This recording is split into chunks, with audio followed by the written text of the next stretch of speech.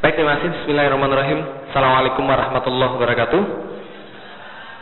Alhamdulillahirabbil alamin, wassalatu wassalamu ala asyrofil anbiya'i wal mursalin wa ala alihi washabbihi wa man da'a bi da'watihi wa iltazama bi tariqatihi wa tarasama khutwahu jalal aqidatan islamiyatan asasan fikratihi wa miqyasani amalihi wa masdarani ahkami.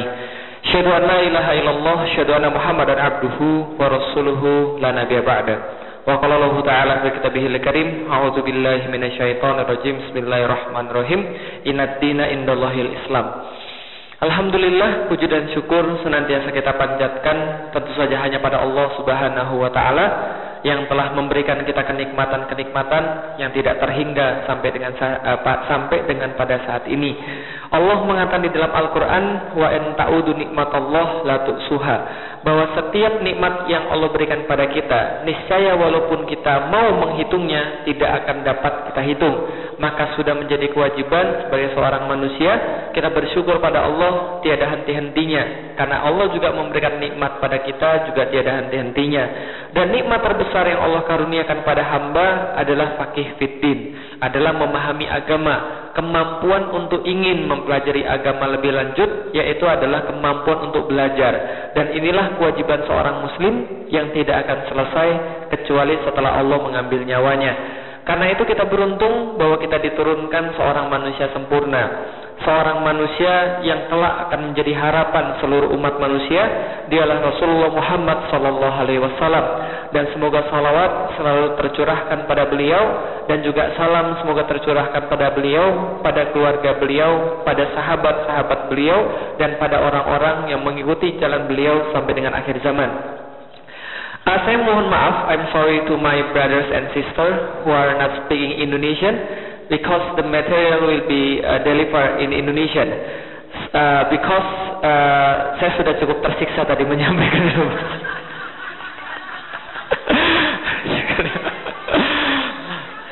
Hah? Ya itu tadi kesurupan tadi kemasukan. Baik, karena itu saya akan berbicara in my mother language, in my first language, bahasa Indonesia. So, when there is somebody in this space, in this in this room who are not speaking Indonesian, you should seek somebody to translate into you. So I am very apologize because of my limitation and my poor English. Because back then in San Diego, I try to talk in English because there are so many brothers that do not speak Indonesian. And when I finish my material, they said, please say it again in Indonesian. It makes me stressful. So jadi saya akan membicarakan dengan bahasa Indonesia. Mohon maaf Bapak Ibu sekalian. Jadi pada hari ini Bapak Ibu sekalian, yang kita sedikit ingin bicarakan adalah kembali tentang akidah, kembali tentang syahadat, karena ini adalah sesuatu yang sangat penting bagi kita. Jadi kita akan membicarakan tentang syahadat sempurna. Masih ingat Bapak Ibu sekalian? Masih ingat Bapak Ibu sekalian? Tentang negeri bebek, itu kan ya. Jadi sebuah negeri yang kita cerita bahwa negeri ini sebagian besar adalah muslim. Sebagian besar mereka adalah muslim. Tapi sayangnya kita lihat mereka belum mempraktekkan Islam sebagaimana yang kemudian diperintahkan oleh Allah. Dan karena itulah banyak sekali masalah-masalah di situ. Kalau kita lihat negeri bebek, semuanya salah di negeri bebek Bapak Ibu sekalian. Betul begitu Bapak Ibu sekalian? Semuanya salah di negeri bebek. Misal, kalau kemarau, negeri bebek susah karena katanya nggak ada air. Kalau hujan, negeri bebek susah karena banjir. Kalau minyak naik, negeri bebek susah karena katanya dia impor minyak dari negeri lain. Jadi kalau harga minyak naik, dia bilang dia susah. Kalau harga minyak turun, dia juga susah karena katanya dia ekspor minyak juga. Jadi kita nggak tahu nih negeri bebek ini yang benar yang mana, karena semuanya susah bagi dia Bapak Ibu sekalian. Musim dingin dia bilang kedinginan, musim panas dia bilang kepanasan. Ada barang dia bilang kemudian mahal, nggak ada barang dia bilang susah barang. Nggak ada yang benar di negeri bebek Bapak Ibu sekalian. Padahal ketika Allah berbicara lewat Rasulnya, Rasul pernah meriwayatkan satu hadis di mana Rasul mengatakan, sungguh kaum muslimin itu mengagumkan. Ajaib. Kenapa ajaib? Karena seluruh urusan baginya sama-sama enak. Kalau dia ditimpa oleh musibah, dia bersabar. dan itu baik bagi dia. Kalau dia ditimpa oleh kemudian kenikmatan, dia bersyukur dan itu baik bagi dia. Jadi ciri orang mukmin gak pernah susah, Bapak Ibu sekalian. Jadi kalau ada yang masih susah, itu bertanya dulu tuh, kira-kira mukmin atau bukan. Nah kalau gitu kita lihat, semuanya pasti ada masalah dengan syahadat. Betul begitu Ibu sekalian? Kita sudah bahas kemarin. Pada hari ini saya akan nyampein dua tema. Tema tadi sudah yang pertama, ini tema yang kedua. Tema yang ketiga nanti merit, pernikahan tadi. Nah, nanti kemudian kita akan bahas tentang syahadat. Jadi materinya cukup singkat supaya nanti kita punya banyak waktu untuk nanti tema yang ketiga tentang syahadat. Bacanya apa Bapak Ibu sekalian? La ilaha illallah Muhammadur Rasulullah. Betul begitu? Semua orang bisa baca ini karena ini adalah kalimatut thayyibah, kalimat thayyibah. La ilaha illallah Muhammadur Rasulullah. Artinya apa Bapak Ibu sekalian? Tiada Tuhan selain Allah dan Nabi Muhammad adalah utusan Allah. Betul begitu? Oke, coba katakan sekali lagi dengan agak keras. Artinya apa? Tiada Tuhan selain Allah dan Nabi Muhammad adalah utusan. Salah. Salah. Loh, salah. Apa arti la ilaha illallah Muhammadur Rasulullah? Ayo. Apa artinya? Tiada Tuhan selain Allah dan Nabi Muhammad utusan Allah. Salah, Bapak sekalian. Loh, kok salah sih? Salah, Bapak sekalian. Tapi itu yang kita pelajari dari dulu.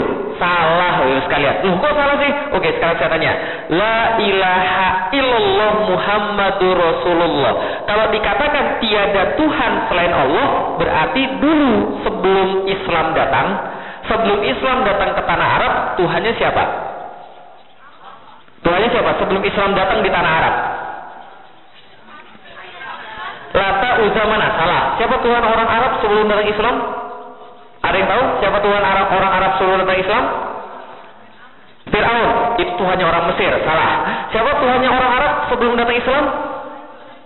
Hubal. Salah. Abdullah. Salah. Siapa Tuhannya orang Arab sebelum datang Islam? Ada yang tahu? Belum ada yang tahu. Oke, apalin baik-baik Bapak Ibu sekalian. Tuhannya orang Arab sebelum datang Islam namanya adalah Allah. Loh, kok Allah sih? Allah kan Tuhan kita. Iya, Tuhan kita, tapi Tuhan mereka juga nggak percaya. Oke, kalau gitu kita lihat.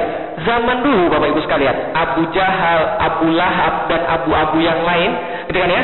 Ketika dikatakan Tuhannya siapa? Jawabnya Allah. Maka ketika orang Arab ditanya, "Man Rabbuka?" Jawabnya Rabbi Allah. Ketika mereka ditanya, "Man Rabbuka?" Jawabnya Rabbi Allah. Oh, dari mana? Kita buktiin. Rasul punya ayah. Nama ayahnya Rasul siapa? Abdullah. Artinya hambanya Allah. Berarti zamannya Abdullah Allah sudah ada belum? Sudah. Berarti Tuhan orang Arab sebelum datang Islam namanya adalah Allah. Contoh lagi, Nabi Ibrahim dan Nabi Ismail bangun Ka'bah. Nama lain Ka'bah apa? Baik. Artinya rumahnya Allah. Berarti zaman Allah sudah ada belum? Sudah. Ketika orang Arab ditanya, "Man Rabbuka?" Siapa Tuhan Anda? Mereka menjawab dengan yakin, Rabbi Allah. Tuhan kami adalah Allah. Tapi beda kalau orang Arab ditanya, "Man ilahuka?" Man ilahuka? Siapa ilah Anda? Siapa sesembahan Anda? Mereka menjawab, Ilahi Lata, Uzza, Mana, Hubal. Berarti ada dua dalam terminologi bahasa Arab. Ada Rob dan ada ilah. Paham sampai di sini? Ada Rob dan ada ilah. Rob artinya Tuhan, ilah artinya sesembahan. Makanya Islam datang dengan kalimat La ilaha illallah. Artinya bukan tiada Tuhan selain Allah, tapi artinya adalah tiada sesembahan kecuali Allah. Karena orang dulu sudah tahu Tuhan itu Allah. Makanya Islam tidak datang dengan kalimat La Robba illallah. Betul? Gitu kan ya? Bukan tiada Tuhan, tapi tiada sesembahan selain Allah. Kok bisa begitu sih? Contoh, suatu hari ada seorang sahabat namanya Adi bin Hatim. Adi bin Hatim ini sudah masuk Islam, tapi dia datang pada Rasul masih pakai kalung salib. Sudahlah kalungnya salib, emas lagi. Sudahlah emas, salib lagi. Lu kok emas dan salib? Karena laki-laki kan nggak boleh pakai emas. Dia sudah pakai kalung emas, salib pula. Sudah salib, emas pula. Berarti dosanya double ya. Maka Rasul bilang, Adi bin Hatim, campakkan kalungmu. Lepaskan kalungmu. Adi Adi bin Hatim tanya, loh kenapa saya harus kemudian melepas kalung saya Rasul? Rasul bilang, sesungguhnya orang-orang Nasrani dan orang-orang Yahudi, mereka menjadikan sesembahan mereka adalah rahib-rahib mereka dan rahib-rahib mereka dan pendeta-pendeta mereka, pembesar-pembesar mereka dan rahib-rahib mereka. Rasul bacakan surat At-Taubah ayat 31. Ittakhudhu ahbarahum wa ruhbanahum arbaba min dunillah. Karena mereka menjadikan rahib-rahib mereka dan pembesar-pembesar mereka sebagai Tuhan-Tuhan lain selain Allah. Berarti itulah namanya syirik. Berarti syirik bukan hanya menjadikan Tuhan selain Allah, tapi mencarikan tandingan sesembahan selain Allah. Nah, ini yang menjadi masalah. Karena memang pada masa kemudian ini tidak kemudian dimengerti artinya dengan sungguh-sungguh. Oke, kita tinggalkan dulu tentang syahadat. Saya pengen sedikit kenalkan dengan teman saya. Ada sound nggak Pak ya? Ada sound nggak yang bisa disambungin? Nggak ada ya? Kalau nggak ada mic nggak yang bisa dimasukin sini? Sebentar. Nggak apa-apa, pakai mic saja. Sorry, saya lupa ngasih tahu Pak Medi. Sebentar Bu ya. Tuhan sayang orang sabar. Saya pengen perkenalkan seorang teman saya. Ini burung Bapak Ibu sekalian. Coba dengar apa yang mau dikatakan burung ini pada Bapak Ibu sekalian. Sebentar. Sampai dipersiapkan. Nanti coba dengar apa yang mau dikatakan burung ini pada Bapak Ibu sekalian. Oke, nggak apa-apa, pakai ini aja. Nih, coba dengerin Bapak Ibu sekalian. Apa yang pengen dikatakan burung ini pada Bapak Ibu sekalian? Sebentar.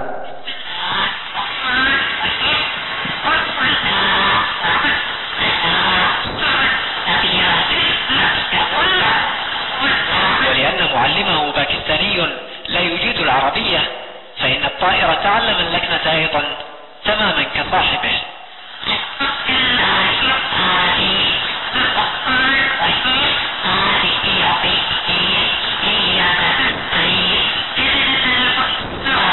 Oke, dengar apa yang dia katakan tadi? Apa yang dia baca tadi?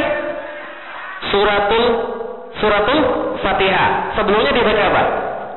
Surat Al-Ikhlas. Berarti kalau kata Rasul, setiap yang baca la ilaha illallah Muhammadur Rasulullah adalah saudara kita. Ini saudara atau bukan?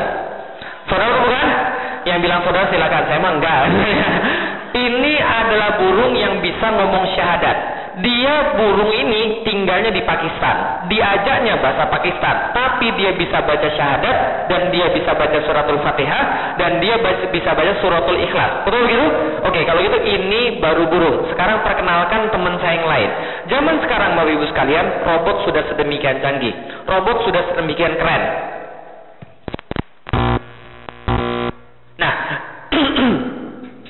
saking kerennya robot Bapak Ibu sekalian, zaman sekarang tahun 2007 robot sudah bisa jadi pembantu rumah tangga.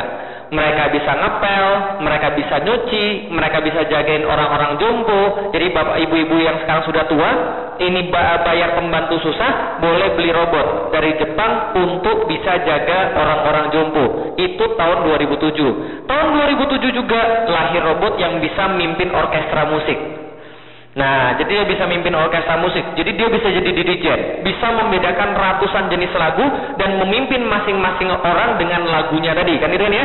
Itu tahun 2007. Tahun 2008 muncul robot yang lebih hebat lagi, namanya Actroid.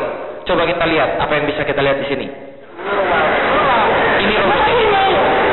Robotnya ditanya, "What's your name?"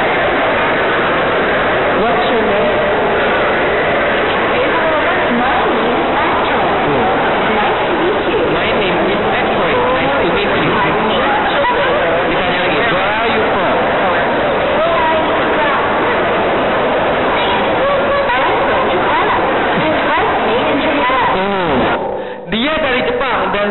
Dibuat dari Jepang. Coba lihat dulu sekali. Ini robot yang dibuat tahun 2008 oleh Jepang.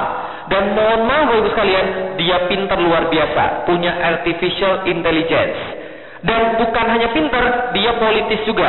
Nanti kalau kita lanjutkan terus videonya, dia akan ditanya, "Do you want to get married?" Apakah engkau mau menikah? Dia bilang, "I'm looking the right guy." Saya lagi cari cowok yang tepat buat saya. Ya?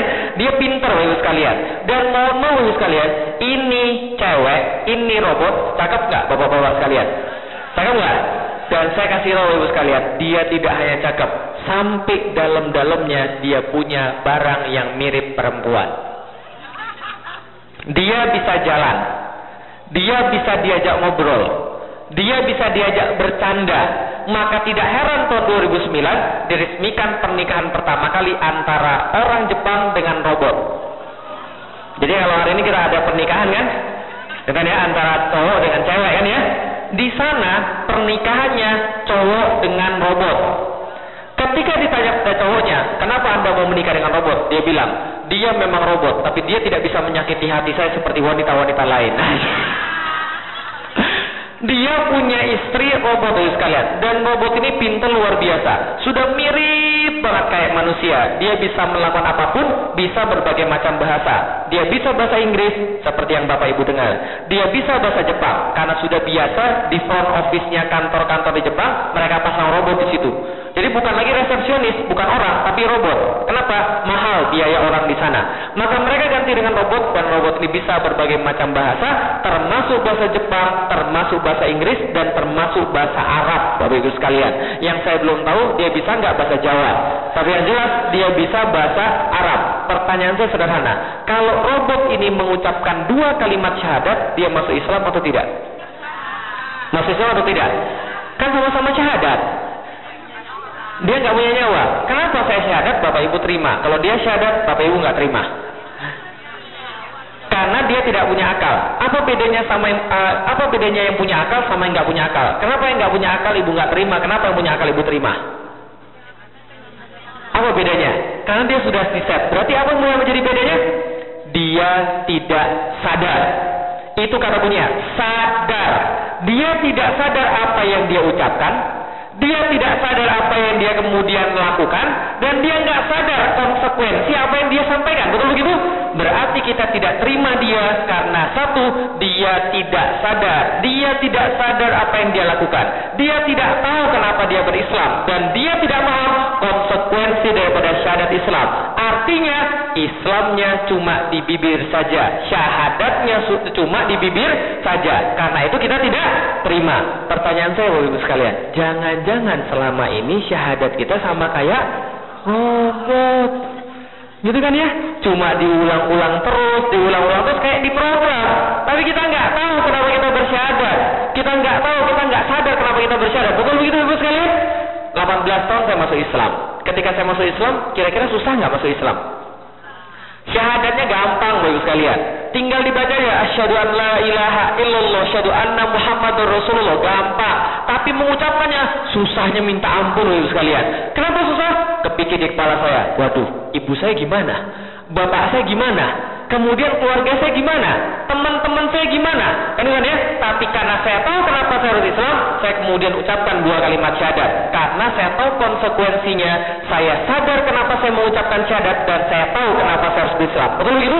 Setelah selesai syahadat, saya masih ingat, saya syahadat umur 18 tahun, hari Kamis, malam Jumat, ba'da sholat maghrib.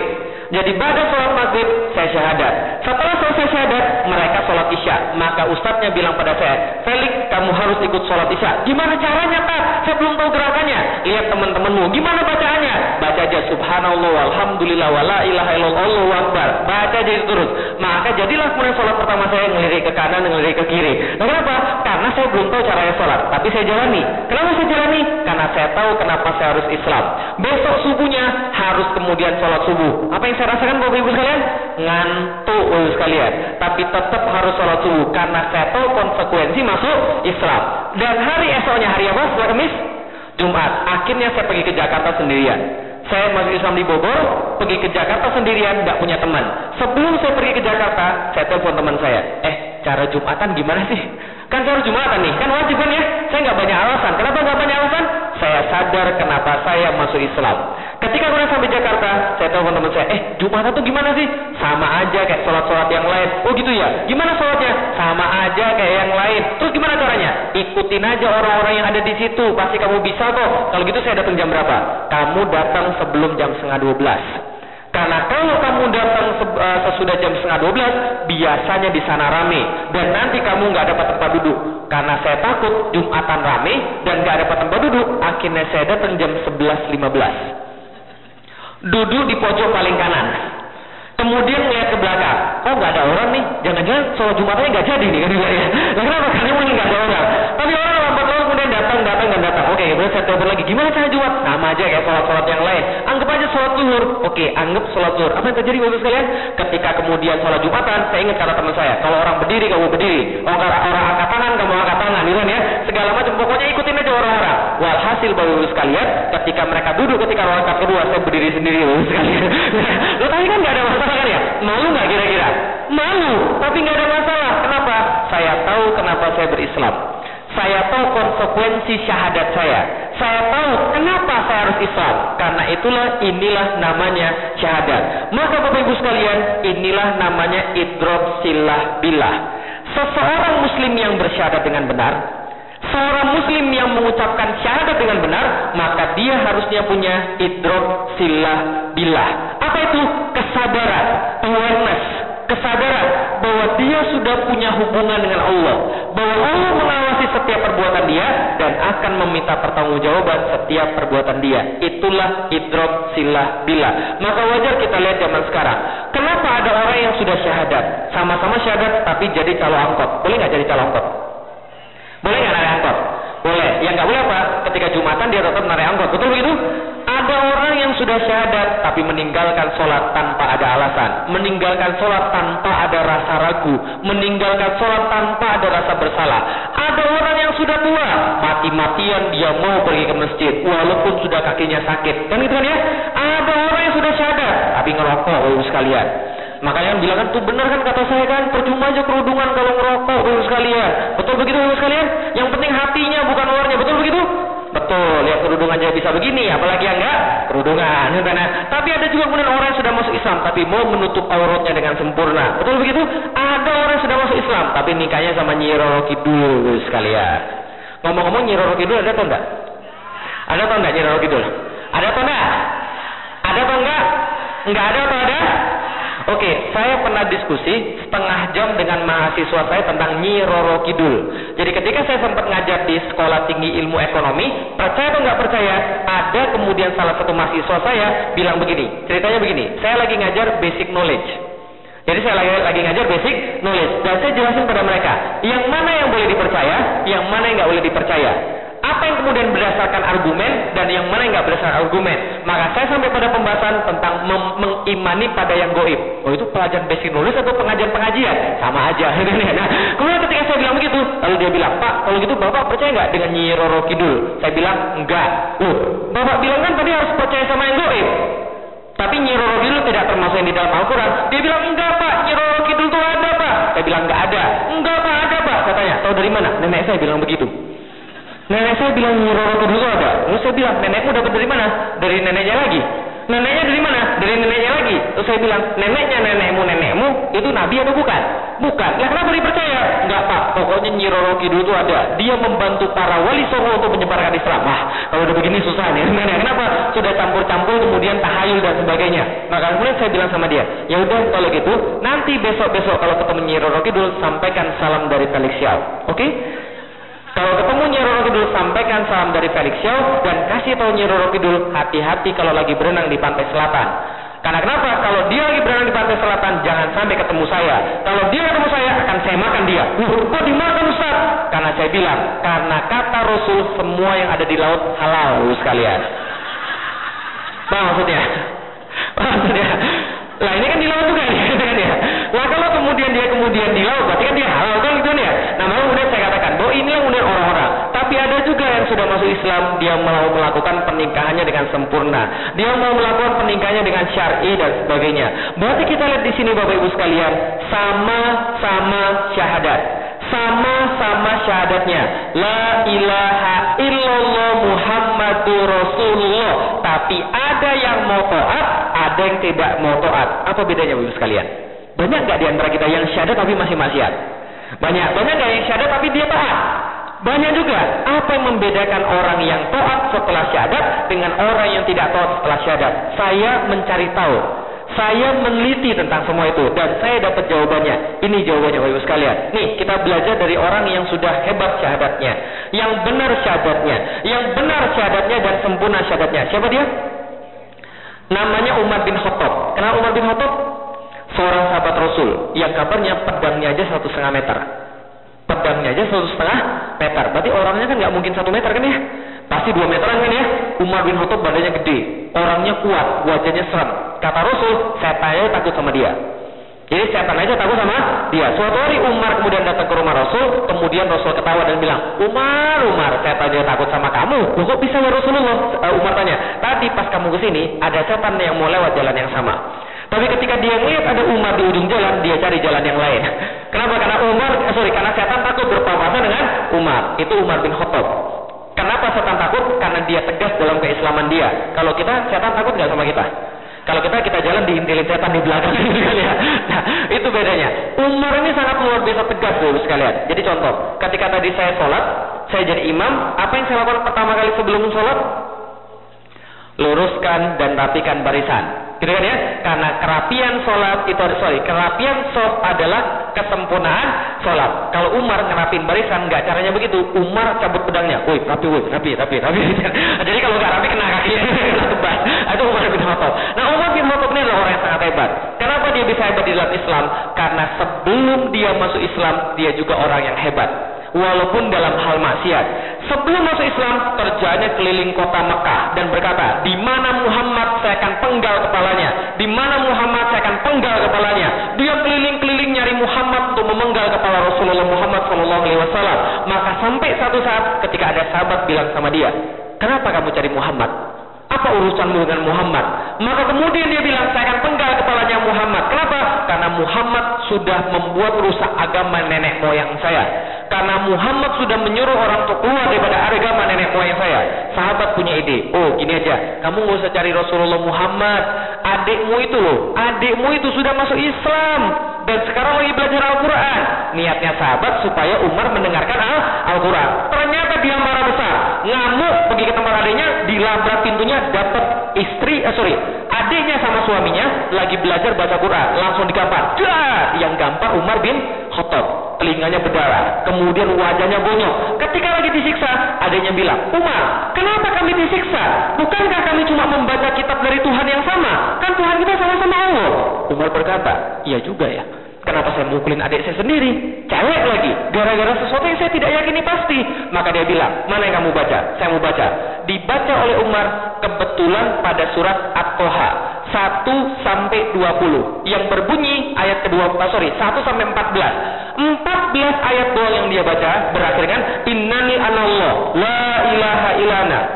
Maka aku ini adalah Tuhanmu, ini adalah Allah. Aku ini adalah Allah, tiada Tuhan yang hak selain aku. Fakutni, maka mulai sembah aku. Wa aqimis sholah li zikri, dan juga tegakkanlah sholat untuk mengingatku. Umar baru baca 14 ayat. 14 ayat surat At-Toha. Dia langsung bilang, kitab ini bukan buatan manusia. Kitab ini bukan buatan manusia. Jelas ini bukan buatan manusia. Maka dia bilang, mana Muhammad Rasulullah? Saya mau masuk Islam. Baru baca berapa ayat? 14 ayat. Langsung masuk Islam. Bapak Ibu khatam berapa kali Al-Quran? Tapi sudah kayak gitu belum modelnya? Belum. Kenapa bisa begitu? Ada yang dimiliki Umar yang gak ada pada kita. Apa yang dia lakukan dengan 14 ayat itu? Oke, kalau gitu kita lihat yang lain. Perkenalkan, siapa dia? Kenal ya? Biasanya tahun 7 bulan tahu nih. Ini Hari Mukti, ini ustadz saya termasuk. Hari Mukti ini adalah seorang rocker. Suatu hari Hari Mukti lagi dan dugem. Ketika dia dugem, dia ditanya sama temennya, Rik, kamu gak takut Rik kalau mati dan bertemu Allah? Sedangkan perbuatanmu maksiat begini, sedangkan kerjaanmu minum minuman keras begini, sedangkan kerjaanmu suka maksiat begini, kamu nggak takut nih? Hari Mukti jawab apa? Semua itu sudah takdir daripada Allah. Kalau saya jadi artis, itu pun takdir. Kalau saya maksiat, itu pun takdir. Kalau saya minum wine, itu pun takdir. Kan Allah Maha mentakdirkan. Dia belum bahas yang kemarin, kan ya? Nah, maka dibilang semua itu takdir. Tapi lama-lama dia mikir, bener nggak ya semua itu takdir ya? Ini kata Hari Mukti. Kalau kemudian dulu saya ngerasa jadi artis itu takdir Allah. Tapi lama-lama saya mikir, kalau begitu jadi pelacur juga kehendak Allah dong. Masa sih Allah pengen orang jadi pelacur? Kan nggak mungkin.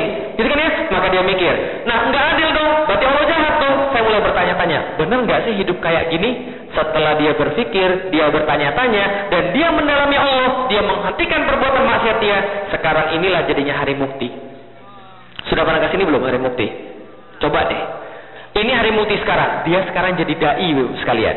Coba lihat, ada nggak bedanya dulu sama sekarang? Apa bedanya? Tambah gendut. Bukan itu yang saya maksud. Apa bedanya kira-kira? Oh, dulunya nggak pakai kacamata, sekarang pakai kacamata. Bukan. Apa bedanya? Suaranya sama nggak? Sama merdunya. Pas saya baru masuk Islam, hari mukti pergi ke IPB. Saya masih ingat banget, tahun 2002 saya masuk Islam, hari mukti pergi ke IPB. Dia kemudian ngambil mic begini, dia lempar mic-nya ke atas, dia tangkap. Saya hari mukti, mantan setan. Gitu. Jadi kayak aksi panggung begitu ya. Jadi suaranya masih bagus sekali. Suaranya masih bagus, hari mukti tetap sama, wajahnya tidak berubah, badannya memang agak sedikit gendut, tapi orangnya tidak berubah. Yang berubah apanya? Isi kepalanya. Yang berubah adalah syahadatnya. Yang awalnya syahadatnya tidak memberikan efek pada dia, sekarang syahadatnya membuat dia seorang muslim yang sempurna. Kalau gitu, apa persamaan antara hari mukti dan Umar bin Khattab? Inilah kata Imam Syafi'i, ketahuilah bahwa kewajiban pertama seorang mukallaf atau orang yang baru balik, orang yang sudah balik, yang sudah bisa berpikir sempurna, adalah berpikir dan mencari dalil sampai dia menemukan bahwa Allah itulah Tuhan. Gitu kan ya? Makanya tadi di awal yang ketika saya jelasin sama anak-anak, sama adik-adik tadi, itu adalah basic di dalam Islam. Berpikir, ngajak mereka mikir supaya mereka tidak bisa menafikan bahwa Tuhan itu ada, dan Tuhan itu namanya Allah. Itulah pertama kali harus dilakukan. Umar dapat iman karena mikir, karena itu imannya sempurna, karena itu perbuatan langsung hebat. Hari mukti dapat iman karena mikir.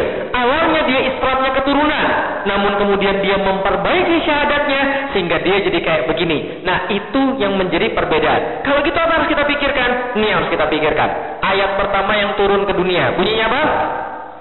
Iqra bismi rabbikal ladzi khalaq. Khalaqal insana min 'alaq.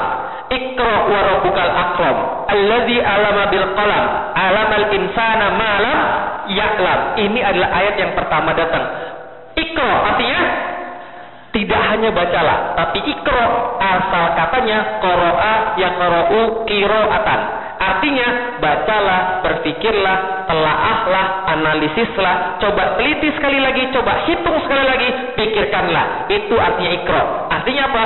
Allah tidak pernah bilang namanya Allah di awal surat. Betul begitu? Iqra bismi rabbikal ladzi khalaq. Bukan Iqra bismillahil ladzi khalaq. Enggak gitu kan ya? Tapi Iqra bismi rabbikal ladzi khalaq. Coba pikirlah, siapa Tuhan yang telah menciptakanmu? Khalaqal insana min 'alaq. Berarti Allah minta kita berpikir tentang alaq. Inilah alaq yang dimaksud dalam Al-Quran. Alaq di dalam Al-Quran berarti janin. Dalam terjemahan bebas, alaq adalah segumpal daging yang menghisap darah. Orang Arab biasa menyebut lintah itu alaq. Pernah lihat lintah? Pernah digigit lintah? Belum. Ada yang pernah digigit lintah? Apa yang dihisap? Darah. Berarti lintah itu ngisap darah. Coba bayangin Bapak Ibu sekalian, di zaman dulu 1400 tahun yang lalu, sudah ada USG belum? Belum. Sudah ada ilmu kedokteran belum? Belum. 1400 tahun yang lalu, di mana saat belum ada ilmu kedokteran, Al-Quran sudah bilang bahwa janin itu kerjaannya menghisap darah. Siapa yang pernah hamil? Oh, yang jelas yang di sini nggak mungkin. Siapa yang pernah hamil? Angkat tangan, siapa yang pernah hamil? Sering merasa pusing-pusing? Sering merasa kurang konsentrasi? Mual-mual? Berarti itu normal, karena darah Anda sedang dihisap oleh janin. Justru kalau kita hamil nggak pusing-pusing, kita hamil nggak berkunang-kunang, kita hamil nggak mual, berarti ada masalah dengan janinnya, berarti dia nggak menghisap darah. Betul begitu? Kerjaan kemudian bayi adalah ngisap darah. Coba lihat Bapak Ibu sekalian, nih bayi itu semua itu tergantung pada ini, plasenta, ari-ari dia. Disinilah darah ngalir, disinilah makanan ngalir, disinilah udara ngalir. Bapak Ibu sekalian, nih bayi punya hidung, dia bernapas nggak pakai hidung? Bernapas nggak pakai hidung? Bernapas? Kelelep dia Bapak Ibu sekalian. Dia nggak bernapas kan ya? Betul begitu? Coba lihat Bapak sekalian, dia nggak bernapas di sini dan semua dari sini. Pernah melalui proses kelahiran? Bapak-bapak pernah ngelihat istri melahirkan? Magic gak? Magic gak? Bagi saya itu magic. Saya masih ingat ketika istri saya melahirkan anak saya pertama kali, tahun 2008. Tahun 2008 kita kan maklum kan ya, nggak punya pengalaman, punya anak pertama. Istri saya itu ketika sudah hamil tua, dia pasti tidur pakai jilbab. Tidurnya bukan pakai kerudung, pakai jilbab. Jadi pakai baju panjang. Supaya kenapa? Kalau nanti mau melahirkan bisa segera langsung pergi ke rumah sakit. Maka kemudian saya pulang dakwah waktu itu jam 11 malam. Saya ingat banget, jam 11 malam saya pulang daripada dakwah dan kemudian capek banget karena kurang tidur selama berbulan-bulan. Kan ya? Karena memang dakwah di Indonesia itu kadang-kadang ada waktu-waktu di mana kita nggak bisa istirahat sama sekali. Capek banget dan saya berharap tidur. Jam 11 saya tidur sama istri saya. Jam 2 istri saya bangun. Bangun Bi. Kenapa? Setelah saya buka lampu, ternyata basah semua, Bang. Udah ranjang basah semua, bajunya basah semua. Ternyata air ketubannya pecah.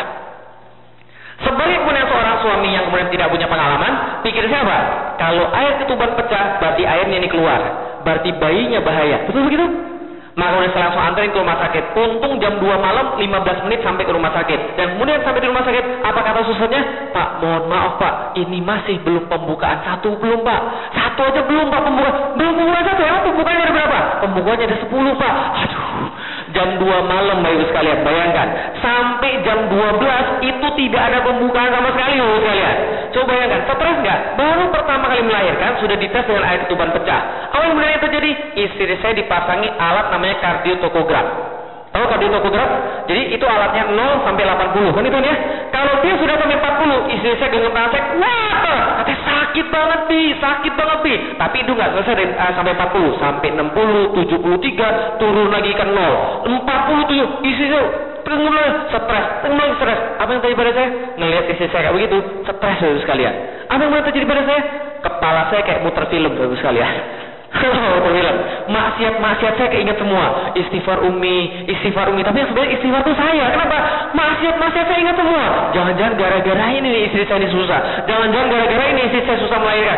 Maksiat itu semua. Saya istighfar pada Allah. Ya udah, Allah tolonglah istri saya. Sampai udah jam 12 istri saya bilang apa? Istri saya bilang, Bi, sudah nggak kuat lagi. Coba bayangin. Kalau ketika suami dengar kayak begitu, apa yang dia bayangin? Kayak hancur sekalian. Kenapa? Sudah nggak kuat lagi. Udah umi tahan la yukallifullahu nafsan illa usaha. Allah tidak akan membebani manusia kecuali kesanggupannya. Udah nggak kuat lagi. Tenang umi, tenang. Setelah kita doain, dia mulai agak mereda. Jam 2 dokter bilang, alhamdulillah Pak, selamat Pak. Sudah terjadi pembukaan 2 Pak. Pembukaan 2. Terus sampai kapan tadi udah pembukaan 10? Masih kira-kira 8 jam lagi Pak. Saya udah stres. Tapi alhamdulillah jam 4 anak saya lahir. Ada kemudian apa dong? Tiba-tiba cepat. Itu kemudian doa kita terkabulkan ya. Jam 4 kemudian anak saya lahir. Jam 4 saya lihat dengan mata dan kepala saya sendiri bagaimana anak itu dilahirkan. Pertama-tama, ayo umi, bernapas umi, saya tarik lagi umi. Sorry, bukan tarik. Ayo umi, tekan lagi. Lalu keluar apanya duluan Bapak sekalian? Kepalanya. Saya, serius nih. Ini segede ini bisa keluar. Saya nggak percaya Bapak sekalian. Aku mulai terus. Ternyata benar-benar keluar. Pas dia keluar dikit, kepalanya kemudian diputar sama dokter kan ya. Ini nggak patah nih kepalanya. Saya nggak patah. Diputar kepala itu keluar sekali. Betul ya? Ibu pasti kalian kan ya. Nah, kayak cumi-cumi Bapak sekalian. Serius.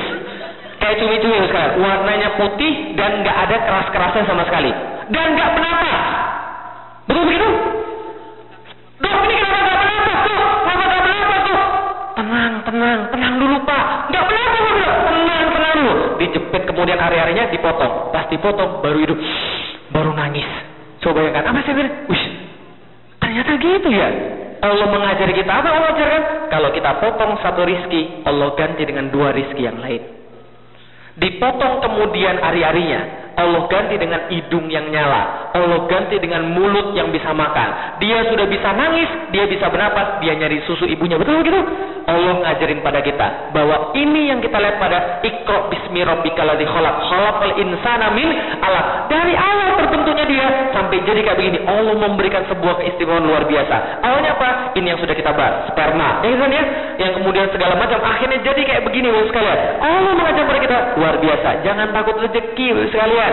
Kalau kita benar yakin pada Allah, dipotong 1 rezeki, Allah ganti dengan 2 rezeki. Kita berpikir tentang Allah, kita mendapatkan ternyata Allah Maha Besar. Betul begitu? Semakin kita berpikir, semakin kita menelaah, Allah katakan semakin kita dapat kemudian iman pada Allah. Coba lihat lagi. Saya suatu hari diangkut pas masih kuliah. Di depan saya ada seorang ibu-ibu nyusuin anaknya. Saya terpaksa memperhatikan Bapak sekalian. Bukan memperhatikan ibunya, bukan. Saya memperhatikan anaknya Bapak sekalian. Yang saya pertanyaan adalah, kenapa anak itu bisa nyusu? Kenapa anak itu bisa ngedot? Ada nggak yang ngajarin anak itu ngedot? Ada nggak? Nggak ada. Saya punya adik di rumah waktu itu, dia masih berusia kira-kira 6 bulan dan dia sakit pilek, dia nggak bisa keluarin ingus, sampai harus dibantu dengan alat. Betul begitu? Tapi anak kecil baru lahir, nggak usah diajarin ngedot, Ibu sekalian. Dia sudah bisa ngedot sendiri. Tahu dari mana dia? Diajarin siapa dia ngedot? Dalam pikiran saya, gimana kalau bayi nggak bisa ngedot? Mati dong, nggak bisa makan, bener ya. Dan kemudian itu semakin meyakini bahwa kayaknya benar Allah itu ada. Setelah kita memikirkan tentang janin saja, kita dapat keberadaan Allah yang maha besar. Betul begitu? Itulah keimanan dengan berpikir. Apa yang bisa kita lihat nih, Bapak sekalian? Selain kita kemudian meyakini bahwa Tuhan itu maha besar, ada satu lagi yang harus kita yakini. Bahwa apa? Bahwa manusia terbatas. Betul begitu? Contoh, Iqra bismi rabbikal ladzi khalaq. Khalaqal insana min alaq. Iqra wa rabbukal akram. Kalau Anda berpikir, Anda dapat Tuhan. Selanjutnya ayatnya gimana bunyinya? Alladzi alama bil qalam. Alamal insana malam. Berarti Allah kasih tahu. Sesudah meyakini Allah itu kuat, yang kedua yang Allah kasih tahu pada manusia. Saya kasih tahu, manusia itu lemah. Apa bukti kelemahan manusia? Nih, Bapak sekalian. Bukankah ujung-ujungnya kita pasti ke sini? Betul begitu? Karena itulah Bapak sekalian, orang yang hatinya lembut adalah orang yang paling banyak mengingat mati. Jadi Rasul minta kita banyak-banyak ziarah kubur bukan untuk ngalap berkah, tapi untuk mengingat mati bahwa inilah tempat kita ujung-ujungnya. Enggak banyak, cuma 1 meter kali 2 meter aja. Mau rumahnya orang selapangan golf, tetap aja kuburnya 1 kali 2 meter. Mau kuburannya kayak orang Cina, pakai gedung, tetap aja di situ dia 1 kali 2 meter nggak bisa bergerak. Betul begitu? Maka inilah kemudian kita harus saksikan. Cobain Bapak sekalian, sudah pernah menghadiri kuburan? Sudah, diturunkan kemudian ke liang kubur. Apa yang terjadi pada orang-orang di situ? Nangis. Gitu kan ya? Ada anaknya, ada bapaknya, ada ibunya, ada istrinya, ada suaminya, nangis di situ. Setelah nangis kemudian diturunkan kemudian tanah demi tanah diturunkan sampai kemudian rapat, kemudian yang di atas lebih nangis lagi. Tapi apakah mereka nangis terus selama-lamanya? Enggak. Akan ada satu waktu di mana mereka berhenti nangis dan mereka pulang. Betul begitu? Pulang 1 orang, 2 orang, yang tersisa di situ cuma orang yang paling kita cintai. Bukan ya? Tapi apakah mereka di situ selama-lamanya? Mereka pulang juga. Yang tinggal di sana siapa orang? Siapa yang tinggal di sana? Sendiri sama ulet, sama belatung dan sebagainya. Ya? Orang yang mengingat mati akan semakin sadar bahwa manusia itu terbatas. Betul begitu Bapak sekalian? Manusia terbatas. Nih coba lihat Bapak sekalian. Ngeri nggak melihat yang seperti ini? Ngeri nggak? Ini yang terjadi di Palestina 2009. Nih lihat bukti kelemahan manusia. Seorang ayah yang sedemikian kuat menjadi kemudian kayak anak kecil, nangis ketika melihat anaknya meninggal. Coba lihat nih anak yang kena bom, darah keluar di mana-mana, telinganya, matanya, lidahnya, mulutnya. Ini semakin menyadarkan kita bahwa manusia itu benar-benar lemah. Betul begitu? Manusia benar-benar terbatas. Apa itu manusia? Cuma sekedar tulang, berbalut dengan kulit, dialiri dengan darah, dan kemudian ditutup dengan daging. Betul begitu? Inilah manusia. Lemah nggak manusia? Dan ketika kita melihat seperti ini, kita kemudian sedih atau enggak? Sedih. Bisa berbuat sesuatu kita? Nggak bisa. Saya mengatakan, ya Allah, ya Rabbi, Masya Allah. Betul gitu ya? Akhirnya apa? Ketika kita melihat semua ini, harusnya kita semakin merasa bahwa kita lemah. Betul begitu? Karena itulah seorang manusia yang benar-benar sadar dia lemah, maka dia menolkan dirinya sendiri. Kalau dia merasa benar-benar lemah, maka dia menolkan diri, dan di saat yang sama dia mengesahkan Allah. Ada yang suka komputer di sini atau programmer? Ada yang programmer? Ini kan bahasa pemrograman Pak ya? 0 dan 1. Kita tidak mengenal selain 0 dan 1. Makanya Allah katakan, Qul huwallahu ahad. Artinya apa? Allah itu satu-satunya. Walam yakul lahu kufuwan ahad. Dan Allah tidak perlu sama sekali serikat dalam segala sesuatu. Dan Allah tidak perlu saingan. Artinya apa? Manusia 0. Manusia tidak merasa apa-apa. Kapan syahadat terjadi? Syahadat terjadi ketika manusia merasa 0 dan dia berhasil mengesahkan Allah. Tapi ketika manusia merasa masih dia punya sesuatu, dia tidak akan pernah bisa bersyahadat sama Allah. Betul gitu? Merasa punya banyak duit. Dan merasa duit itu berarti bagi dia. Merasa duit bisa membeli sesuatu. Duit bisa melindungi dia. Dia tidak akan punya syahadat. Karena dia merasa duitlah segala-galanya. Dia merasa dia muda. Merasa dia hebat. Maka dia jauh daripada Allah. Karena dia tidak bisa bersyahadat. Karena dia merasa punya sesuatu. Dia merasa punya ilmu. Karena itu dia merasa lebih bisa menentukan daripada Allah. Dia merasa punya sesuatu selain daripada Allah. Dia sudah tidak kenal lagi. Karena syahadat itu apa? Syahadat dalam bahasa Inggris adalah apa? Dalam bahasa Inggris? Testify, testimoni. Dalam bahasa Inggris apa lagi kira-kira? Witness. witness maksudnya apa? Syahadat maksudnya apa? Gini, kesaksian dalam bahasa Indonesia kan kita lihat contoh misalnya Evander Holyfield sama Mike Tyson. Sebelum taruh, mereka boleh nggak bilang saya bisa aja mengalahkan dia dalam satu ronde, boleh nggak? Mereka boleh boasting, mereka boleh kemudian ngomong besar, mereka boleh kemudian ngomong hebat. Tapi kalau sudah tanding, Mike Tyson kalah. Apa yang terjadi pada Mike Tyson? Saya minta rematch, kalah lagi. Apa yang terjadi? Saya akui dia hebat. Gitu kan ya? Sama kayak Allah. Kalau Anda belum berpikir tentang Allah dan menganggap Allah itu perkasa dan segala-galanya dan belum berpikir tentang manusia bahwa dan manusia nggak ada apapun, nggak akan terjadi syahadat. Syahadat terjadi kalau benar-benar manusia merasa lemah. Dengan kata lain, Bapak Ibu sekalian, kalau kita belum bisa mengesahkan Allah, jangan-jangan masih ada kotoran dalam diri kita. Merasa kita punya banyak duit, karena itu kita merasa besar di hadapan manusia. Merasa kita punya ilmu, kita merasa hebat di hadapan manusia. Merasa kita punya rumah yang besar, kita merasa hebat daripada manusia. Jadi kapan syahadat itu terjadi? Ketika merasa manusia lemah, baru syahadat itu terjadi. Contoh, kapan orang banyak doa sama Allah? Ketika banyak hutang atau ketika nggak ada hutang? Kenapa orang banyak hutang, banyak orang doa pada Allah? Karena dia merasa lemah. Ya Allah, sudah cari duit kemana lagi? Kesini orang nggak kasih, kesini orang nggak kasih. Duit saya nggak akan cukup dari gaji untuk bayar hutang. Ya Allah, tolong ya Allah, kalau besok nggak datang ini mana duit, saya bakal digusur rumah saya kan itu kan ya? Dia merasa tidak punya bantuan lain selain pada Allah. Di situ orang baru bersyahadat secara sempurna. Gitu kan ya? Kapan lagi orang bersyahadat secara sempurna? Kalau kemudian dia merasa dia mau mati. Orang yang merasa mau mati, merasa dia lemah. Betul begitu? Pernah terjadi gempa nggak di Amerika? Berapa kali sehari? Emangnya obat? Oke, berapa kali setahun dapat gempa? Pernah nggak merasa gempa yang mengerikan? Setiap gempa mengerikan saat betul, tapi lebih ngeri lagi di Indonesia. 9,4 pernah? Rata dong. 9, oh tahun 94. Kuat nggak berapa skala Richter? 7 skala Richter. 6,8. Di Jakarta kemarin 7,4 skala Richter pada tahun 2009. Dan saya masih ingat persis itu 2009 sekalian, itu gempa terjadi di Selat Sunda, itu getarannya sampai ke Jakarta. Apa terjadi? Saya waktu itu lagi kerja di lantai 2. Saya ingat banget gempa terjadi jam 3.15 sore. Apa terjadi ketika gempa terjadi di lantai 2? Saya langsung kabur ke bawah. Saya nggak peduli laptop saya nggak peduli tas saya nggak peduli duit saya langsung kabur ke bawah. Sampai ke bawah, kemudian sampai di jalan duduk di sini. Oh masih getar begini ya. Lihat kemudian tiang mulai getar-getar. Terus saya mau lari kemana lagi? Takut Bapak Ibu sekalian. Kenapa? Karena nggak ada tempat lain untuk lari. Gitu kan ya? Ketika takut setelah selesai, ternyata baru itu di dunia. Itu udah ngeri begitu. Belum hari kiamat kan udah lihat. Udah di dunia baru begini mengerikan. Saya naik ke atas, buka kemudian komputer, buka Facebook. Nggak ada yang update status Bapak Ibu sekalian. Nggak ada yang update status. Kenapa? Saya yakin semuanya pada sholat asar. Betul begitu? Kalau manusia mendekati mati, dia langsung beriman pada Allah. Kalau manusia merasa dirinya akan mati, dia langsung beriman pada Allah. Betul begitu? Maka itulah ketika manusia merasa dan Allah baru dia esakan. Betul begitu ya sekalian? Kenapa kita bisa berdiri? Kenapa kita bisa berdiri?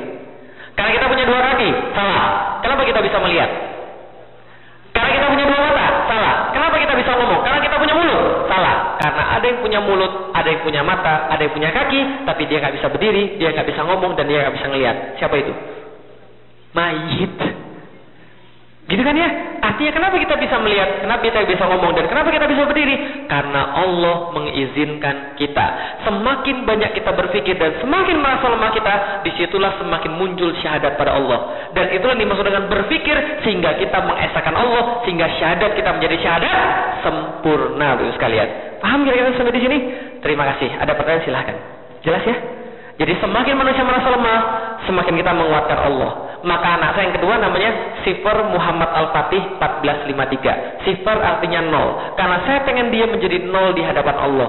Dia hamba Allah yang tidak perlu ada sesuatu yang dibanggakan. Ketika orang merasa ada sesuatu yang bisa dibanggakan, maka dia tidak akan mengesahkan Allah. Dan kadang-kadang itu terjadi secara kita tidak sadar. Gitu kan ya? Maka sering-seringlah berpikir merasa diri kita nggak punya apa-apa, merasa diri kita hina. Karena itulah kita bisa mengakui Allah. Enak rasanya ketika kita merasa lemah dan kita mengadu pada Allah dengan segala sesuatu. Dan ketika itulah syahadat terjadi. Oke, ada yang lain? Silakan. Betul. Kalau ada pertanyaan, silakan. Wis, pas. Jam 9.15. Cukup ya? Cukup Pak ya? Oke, silakan. Ada? Ya? Ada pertanyaan? Silakan kalau ada. Dari ibu-ibu atau dari bapak-bapak?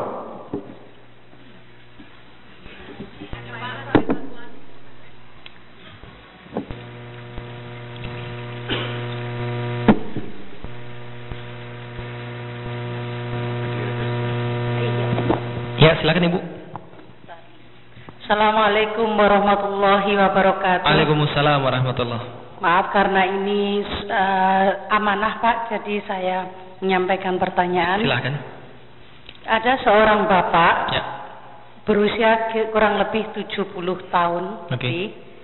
punya 2 kali pernikahan. Maksud saya yang pertama cerai punya Oke. anak, Mhm. terus yang kedua masih sampai sekarang. Ya. Terus istrinya itu sakit Pak. Ya. Beliau mau merencanakan nikah lagi. Ya. Dan diizini oleh istrinya karena istrinya sakit. Ya. Yang jadi masalah beliau tidak bisa memberikan nafkah 2 istri. Mhm. Jadi rencananya uang dari retire-nya dia diambil dia untuk nikah lagi di lain negara. Terus pertanyaannya, apakah itu diperbolehkan atau berdosa karena tidak adil dengan nafkahnya? Ya. Itu Pak ya. Terus yang lain ada lagi. Mhm. Seorang ibu nikah dengan non-muslim. Ya. Ibu itu muslim. Mhm. Terus dia suatu saat dia jadi imam sholat. Mhm. Apakah makmumnya ini sah? Ya. Terus bolehkah seorang ibu itu memandikan jenazah? Ya. Terima kasih. Wassalamualaikum warahmatullahi wabarakatuh. Waalaikumsalam warahmatullahi wabarakatuh. Baik, saya jawab dulu pertanyaan ini kayak sinetron aja. Baik, seorang bapak-bapak 70 tahun. Sebenarnya tidak ada masalah dengan umur ya, it doesn't matter. Dan ya jadi nggak ada masalah dengan umur. Ada seorang bapak-bapak umur 70 tahun, dia kemudian sudah memiliki 2 istri, satunya sudah cerai, berarti kita tidak hitung juga. Berarti kasusnya adalah dia sekarang punya istri, itu aja ya. Dia punya istri dan istrinya sakit. Dan kemudian dia mau menikah lagi. Dan dia tidak punya nafkah. Tapi saya bingung, dia tidak punya nafkah, tapi kok katanya dia punya duit? Maksudnya gimana tuh? Tamu-tamunya siapa lagi yang Duit pensiun. Oke. Bapak Ibu sekalian saya kasih tahu. Pertama-tama, mungkin ini agak sulit diterima khususnya bagi golongan yang di sini. Nah, saya kasih tahu Ibu sekalian. Saya kasih tahu pertama, poligami tidak mensyaratkan adil. Oh, oke. Ya. Poligami tidak mensyaratkan adil. Tapi mewajibkan adil. Enggak, asem namanya. Loh, bedanya apa, Ustaz? Oke, saya kasih tahu bedanya begini, Bapak Ibu sekalian. Nih bedanya, Bapak Ibu sekalian. Apa bedanya mensyaratkan sama mewajibkan? Jadi gini, contoh, kalau poligami mensyaratkan adil, maka orang yang tidak adil dia tidak boleh poligami. Ya, aku udah ketemu. Tapi kalau poligami mewajibkan adil, berarti setiap orang yang poligami harus adil. Paham maksudnya? Contoh misalnya, orang mau sholat itu syaratnya bukan khusyuk. Tapi khusyuk itu adalah kewajiban ketika orang nikah. Oh ya, orang nikah itu tidak wajib ngasih nafkah. Syaratnya, orang nikah bukan syaratnya bisa kasih nafkah. Tapi kewajiban setelah nikah kasih. Paham ya maksudnya kan ya? Oke, berarti saya dulu ketika saya kemudian nikah, saya nggak punya pekerjaan. Saya nggak punya pekerjaan ketika matiin aja tuh mic-nya. Saya nggak punya pekerjaan ketika nikah. Tapi setelah saya nikah, saya bisa menafkahi istri saya karena itu wajib bagi saya menafkahi istri saya. Is that clear? Berarti nafkah bukan pekerjaan. Nafkah bukan penghasilan, tapi apa yang diberikan oleh suami kepada istrinya dari manapun duitnya. Gini kan ya? Termasuk dari duit pensiun. Berarti kalau dia mau nikah lagi, itu urusan dia. Boleh saja kalau ada yang mau sama dia. Gitu kan ya? Ada yang mau sama dia. Terus bagaimana istri yang kedua tadi? Bagaimana istri yang lagi sakit tadi? Nah tadi itu benar urusan mereka berdua. Artinya adalah apa? Kalau istrinya sudah mengizinkan, istrinya tidak ada masalah, itu urusan mereka. Bisa dipahami itu secara hukum boleh-boleh saja. Tapi nanti kalau zalim gimana? Itu kemudian dosa dia. Tapi kalau dari segi benar hukum boleh-boleh saja. Paham maksudnya kira-kira? Itu yang pertama. Yang kedua, seorang muslimah menikah dengan seorang non-muslim, laki-laki. Mudah-mudahan ini bukan pertanyaan untuk memojokkan ini kan ya. Tapi saya ingin sampaikan adalah bahwa seorang yang non-muslimah, seorang muslimah menikah sama seorang non-muslim itu jelas hukumnya tidak boleh. Nah kalau sudah terjadi gimana? Ya berusaha supaya dia jadi muslim. Gitu kan ya? Karena pernikahan itu yang kemudian yang sah adalah yang muslimah dengan yang muslim, atau yang muslim dengan yang non muslimah, kan ya? Berarti itu masih boleh kalau dia ahlul kitab. Itu masih ada kemudian dalil yang memperbolehkan. Tapi gimana kemudian kalau sudah seorang muslim ini menikah dengan seorang non muslim? Apakah sholatnya kemudian sah? Ya sah saja, itu nggak ada hubungannya. Bisa dipahami maksud saya? Felix Xiao jadi seorang ustadz. Di saat yang sama Felix Xiao bermaksiat karena ngambil riba. Berarti saya dosa nggak ngambil riba? Tapi masih boleh nggak saya dakwah? Boleh. Tapi Allah murka nggak sama saya? Murka. Gitu kan ya? Tapi itu urusan Allah dengan saya. Tapi sah nggak kemudian sholat saya? Sah, nggak ada masalah. Kalau dia memandikan mayat, sah juga nggak ada masalah. Karena kenapa? Itu beda hukumnya, gitu kan ya? Kecuali kalau kemudian dia sudah jadi kemudian murtad. Kalau dia murtad beda lagi hukumnya. Gitu kan? Tapi selama dia muslim, that's okay. Karena itu kemudian ingat baik-baik sekalian, hati-hati kemudian dengan kemudian. Jadi gini, hati-hati dengan cara kita memperlakukan muslim. Karena bisa jadi orang tidak mau ngambil Islam karena cara kita yang salah. Karena kebaikan harus disampaikan dengan cara yang benar. Karena kalau kebaikan tidak disampaikan dengan cara yang benar, maka orang biasanya mutung. Betul begitu? Maka kita harus melihat orang nih. Kalau ada orang yang kemudian sudah mau dan dia berusaha untuk kemudian bersedia teguh pada Islam, kita rangkul. Bukan kita dorong, gitu kan ya? Contoh, di Twitter, saya kan cukup aktif di Twitter. Ada seorang yang bertanya, Ahwat, Ustadz, kan kalau kata orang kerudungan itu tidak perlu. Yang penting kan hatinya aja baik. Percuma aja kerudungan kalau dia maling. Percuma aja kerudungan kalau dia judes. Yang penting kan hatinya baik. Saya ngelihat, oh orang ini pertanyaan karena dia nggak tahu. Yang saya balas apa? Sebelum saya balas, pertanyaan kayak begini benar atau salah? Salah. Pernyataan kayak begini sesat. Bahwa kemudian yang penting itu kerudungin hati bukan kepala, ini sesat. Tapi pernyataan yang tadi kan ya sesat kan ya, bahwa itu salah, harusnya nggak boleh kan ya. Mana ada kerudungin hati, horor kali kerudungin hati, gitu kan ya. Masa hati dikerudungin horor juga gitu kan ya. Nah tapi kan saya nggak jawab begitu kan ya. Tapi sebelum saya jawab sudah ada orang yang lain jawab. Oh ya kalau begitu kamu hatimu aja yang masuk surga, yang lainnya masuk neraka. Coba begitu. Kira-kira gimana? Dia nggak akan mau ikut pengajian lagi, kan ya? Dia nggak akan mau dengar ngomongan ustadz lagi karena dia sudah dipatahin di awalnya kan ya. Terhadap orang-orang begini kita harus rangkul. Gimana caranya? Betul mbak, yang penting tuh hatinya baik. Tapi ciri-ciri hati yang baik dia kerudungin luarnya, kan gitu. Bisa dipahami bapak sekalian. Betul, tidak semua orang yang berhijab itu adalah baik. Tapi muslimah yang baik pasti berhijab, kan gitu. Kan bisa kita ngomongin begitu kan ya? Nggak salah kan ya? Apa yang saya omongin salah nggak? Saya tidak menafikan Islam, saya tidak menafikan sama sekali hukum, tapi yang saya berikan adalah cara bagi dia. Kalau kata orang-orang Cina, apa katanya? Kalau kasih muka tuh nama bahasa Cinanya apa? Himawan? Siapa? Orang lain tuh bahasa Cina apa? Orang lain bahasa Cinanya apa? Oh, KPN mention. Gitu kan ya? Kasih orang lain tuh muka, gitu loh maksudnya. Jangan kemudian dia itu kemudian dihinakan di depan umum, atau kemudian dibuat untuk kemudian tidak mau ikut lagi pengajian Islam. Contoh, Rasulullah. Ketika Rasulullah lagi ngisi pengajian, ada yang kentut. Serius, ada yang kentut. Nah, ketika ada yang kentut, harusnya dia ngapain? Wudu kan? Rasul tahu kalau Rasul suruh orang itu kemudian wudu duluan, dia pasti ketahuan siapa yang kentut kan ya. Rasul kasih dia muka. Mention tadi, kasih dia muka tadi. Gimana caranya? Rasul bilang, semua yang hadir di pengajian saya silakan keluar ambil wudu. Gitu kan ya? Apa yang terjadi akhirnya? Rasul menyelamatkan harga diri dia. Rasul menyelamatkan kemuliaan dia karena semuanya pergi wudu, nggak ada yang tahu siapa yang kentut. Nggak kayak kita siapa sih yang bau banget ini benang ini. Nggak gitu caranya. Paham ya, selesaikan ya. Oke, berarti ada kemudian etika dalam agama yang harus kita kemudian lakukan. Nah, karena itulah kemudian kita berukhuwah. Kalau kita tahu aib pada saudara, mari kita tutupi bareng-bareng. Supaya kenapa? Allah tutup aib kita nanti di hari kiamat. Karena kalau Allah buka aib kita, dan kalau aib itu berbau, maka orang-orang nggak akan mau mendekati saya. Kalau aib itu berbau, orang-orang nggak akan mau mendekati saya. Tapi karena Allah menutup aib kita, mari kita tutupi aib orang yang lain. Kalau dia ada salah, biarlah dia sama kita yang tahu.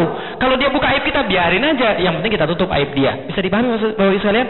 Dan berarti itulah kemudian di dalam Islam. Ada yang lain silakan. Fadal. Ada? Silakan kalau ada. Sudah selesai ya? Boleh, silakan.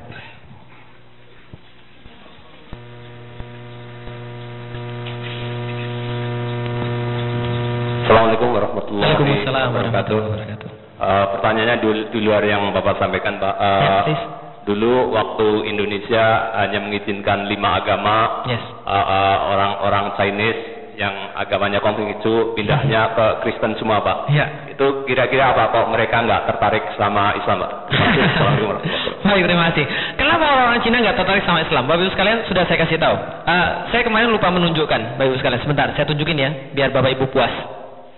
Sebentar ya. Allah sayang orang. Sabar, berarti sabar dulu.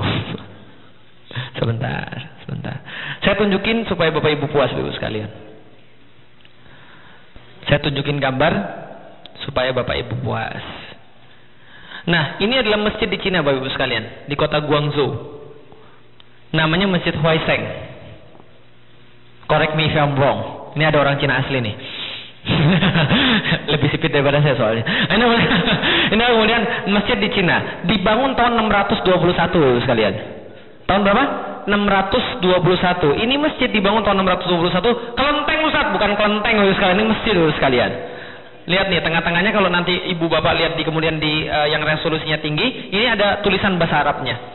Jadi ini adalah masjid yang dibangun oleh Kaisar Cina untuk menghormati sahabat Sa'ad bin Abi Waqqas ketika datang ke Cina. Sampai sekarang masih ada di daerah Guangzhou. Kalau mau silahkan pergi ke sana. Nah, artinya adalah apa? Orang Cina duluan 200 tahun Muslim dibanding orang Indonesia. Dan ada catatan-catatan, khususnya dari catatan Mahuan.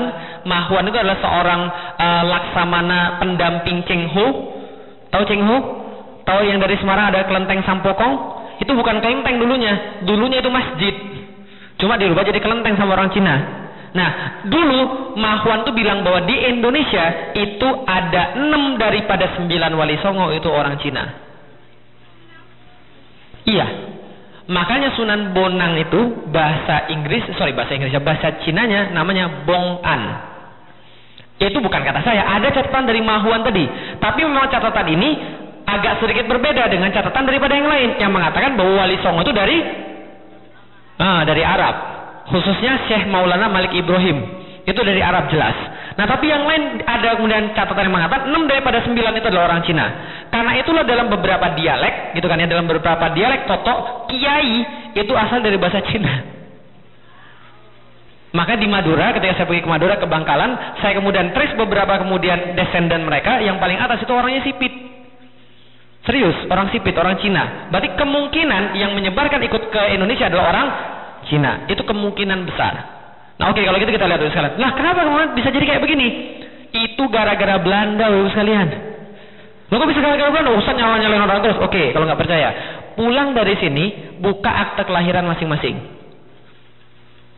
Di situ ada angka STBLD terus berapa gitu. STBLD apa? Stadsblad. Apa arti bahasa Belanda Stadsblad? Bukan. Stadsblad apa? Surat keputusan pemerintah Belanda yang pada waktu itu adalah Ratu Belanda. Stadsblad. Maka ibu-ibu yang pribumi Muslim, Stadsbladnya pasti 1917. STBLD 1917. Orang non pribumi dan non Muslim itu STBLD 1920. Maka itulah kebijakan Belanda namanya Vreemde Oosterlingen. Kebijakan penduduk negeri timur. Yang artinya apa? Eropa, Arab, Cina, dan yang lainnya. Maka orang-orang itu dapat privilege. Dari STBLD itulah ditentukan siapa yang boleh sekolah dan siapa yang nggak boleh sekolah. Dari STBLD ditentukan siapa yang boleh dapat sumber daya alam dan siapa yang nggak boleh dapat sumber daya alam. Maka Belanda menjadikan orang Arab, India, dan Cina sebagai tameng mereka. Suruh cari duit, ngeruk kemudian sumber daya alam di Indonesia, dan pribumi disiksa. Maka wajar orang pribumi benci sama orang Cina. Karena orang Cina dapat sumber daya alam dan mereka masuk ke dalam agama Katolik. Paham maksudnya? Ini oportunis juga nih orang Cina zaman dulu nih. Nah, mereka ambil sumber daya alam dan mereka masuk ke agama Katolik. Lah, kenapa orang-orang pribumi gak benci sama orang Arab? Benci juga. Tapi gak sebenci orang Cina. Karena kenapa? Orang Arab diidentikan dengan Islam. Kenapa orang pribumi gak benci sama orang India? Benci juga dengan orang India. Maka dalam beberapa tempat ada pepatah, kalau ada ular kobra sama orang India, bunuh yang mana duluan? Itu peribahasa di beberapa daerah ya. Bukan saya ngomong, itu memang peribahasa. Karena orang India dianggap lebih berbahaya daripada ular kobra, gitu kan ya? Gitu kan ya? Nah, maka ini ada beberapa peribahasa. Untung gak ada orang India di sini. Jadi ini begitu. Artinya adalah apa? Karena itu muncul kebencian pada orang-orang Cina. orang-orang kayak saya dan generasi-generasi sebelum saya termasuk nenek saya mendapatkan perlakuan tidak enak daripada orang pribumi. Oh Ustaz, perasaan Ustaz aja, serius, saya mengalami itu sekalian. Jalan-jalan tengah jalan, Cino. Gitu ya. Dipalakin, kalau beli dimahalin dan sebagainya. Nah, itu banyak hal kemudian kita memang merasa sehingga kita terbentuk orang pribumi itu jahat. Kenapa jahat? Islamnya yang jahat. Itulah memang tugas orang-orang Belanda untuk ngadu domba, divide et impera tadi, gitu kan ya. Maka kemudian kita diadu, orang pribumi benci sama orang Cina benci sama orang pribumi, cocok kalau ketemu di jalan, gitu kan ya. Walaupun orang Cina nggak bisa balas, karena kenapa? Kalau mereka balas belum mati lagi, gitu kan ya. Maka mereka nggak bisa balas, tapi mereka pendam itu dalam diri mereka. Karena itulah tatkala kemudian Soeharto kemudian mencanangkan ada 5 agama, orang Cina nggak mungkin pilih Islam, karena Islam bukan agama orang Cina. Mereka berpikir begitu. Selayaknya orang Sunda bilang bahwa agama orang Sunda cuma Islam. Orang Padang kalau bukan, orang Minang kalau bukan Islam bukan orang Minang. Gitu kan ya? Sama kepercayaannya begitu juga. Bahwa orang Cina itu adalah Buddha, kalau nggak Kristen, kalau nggak Katolik, bukan Islam, bukan Hindu. Tapi mereka lebih benci Islam. That's why. Oke, terjawab Pak ya? Oke, itu gara-gara Belanda berarti Pak. Silakan Google di internet Vreemde Oosterlingen atau buka di tempat kita masing-masing, buka akte kelahiran, nanti pasti ada STBLD. Sekarang sudah nggak ada lagi. Di zaman anak saya lahir, anak saya yang sifar Muhammad Al-Fatih 1453 itu, saya didiskriminasi oleh sekalian. Ketika kemudian saya ngelahirin di Rumah Sakit Budi Mulia, daerah Tanah Abang, setelah itu nurse-nya bilang, Pak, Bapak harus ngurus kemudian akte kelahiran. Bapak harus bayar Rp150.000. Saya bilang dari Hong Kong Rp550.000. Saya lihat di internet cuma Rp75.000. Itu bagi WNI, Pak. Bagi WNI keturunan 150 sampai 200.000. Saya bilang, loh, emang masih ada WNI keturunan di sini? Nggak ada lagi. Nggak Pak, tetap harus bayar. Saya bilang, kamu ini nggak puas ya dijajah sama Belanda, kan ya? Tahu nggak STBLD itu dari mana? Dari Belanda. Nggak puas Indonesia dijajah Belanda. Dia bilang, terserah Bapak deh. Hanya saya urus sendiri kemudian ke catatan sipil. Untuk dapat akte kelahiran anak saya Rp75.000. Bukan masalah duit yang saya jadi masalah, tapi saya nggak mau orang-orang Indonesia mentalnya terjajah. Tahu mental terjajah? Bangga sama hukum orang-orang kafir. Kan ya? Khususnya Belanda tadi, STBLD tadi. Itu bukan hukum kita itu. Itu mendiskriminasi kita itu. Nah, itulah kemudian penyebab kemudian kita jadi sekarang seperti sekarang. Jadi masalahnya besar. Silahkan ada yang lain. Saya tulis dalam tulisan saya di artikel karya jadi internet Curhat Cina Muslim Indonesia. Coba baca di situ. Curhat Cina Muslim Indonesia. Di internet, artikel saya tulis tentang bagaimana kelahiran anak saya dan bagaimana saya mendapatkan akte kelahiran itu begitu susahnya. Gitu. Baik, silakan kalau ada yang lain. Ada mungkin? Ada? Enough? Cukup? Sampun? Cekap? Oke. Last one, silakan.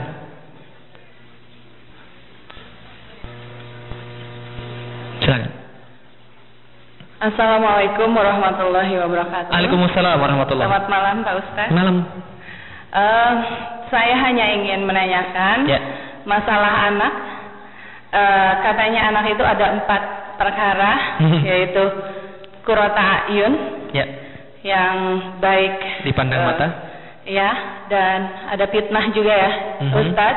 Di antaranya, dan 2 lagi apa lagi ya Pak Ustaz? Saya juga lupa. Nah, setiap orang tua menginginkan putra-putrinya, harapan bangsa ini menjadi anak yang soleh-solehah.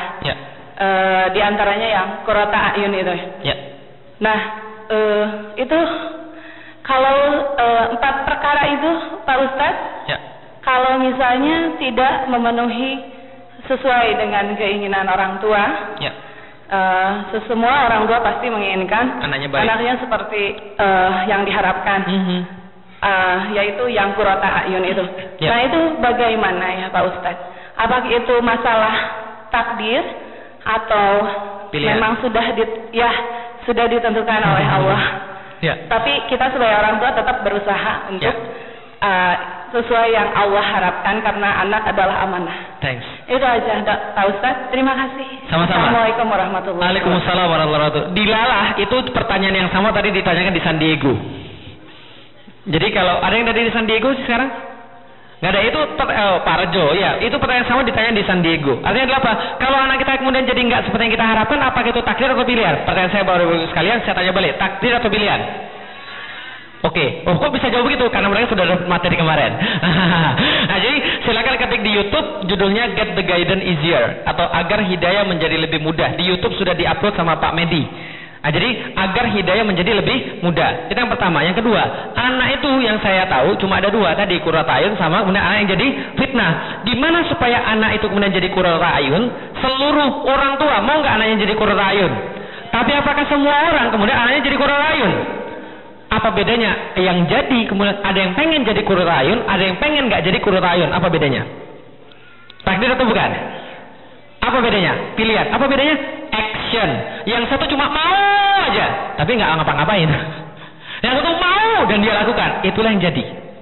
Oke, pertanyaan berikutnya. Mau nggak pergi ke Mekah? Serius? Serius? Benar?